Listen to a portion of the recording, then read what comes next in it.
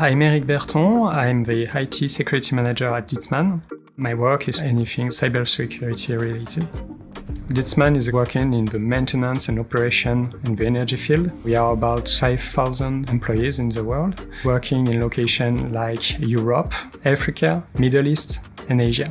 We have about 1,300 endpoints and users, and I'm the only person full-time on IT security defending against threats.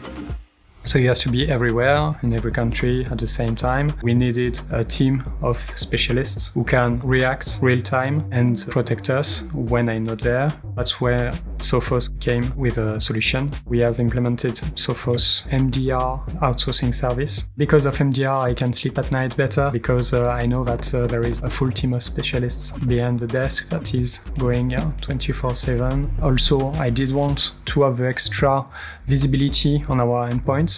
We have deployed endpoint security, which is XDR, to protect our endpoints and servers. Sophos allows me to control my endpoints more effectively. When you deploy it, it connects to the Sophos Central. This is the main benefit from Sophos. You have a single pane of glass and you can manage all your computers in a single point. Sophos allows me to do more with less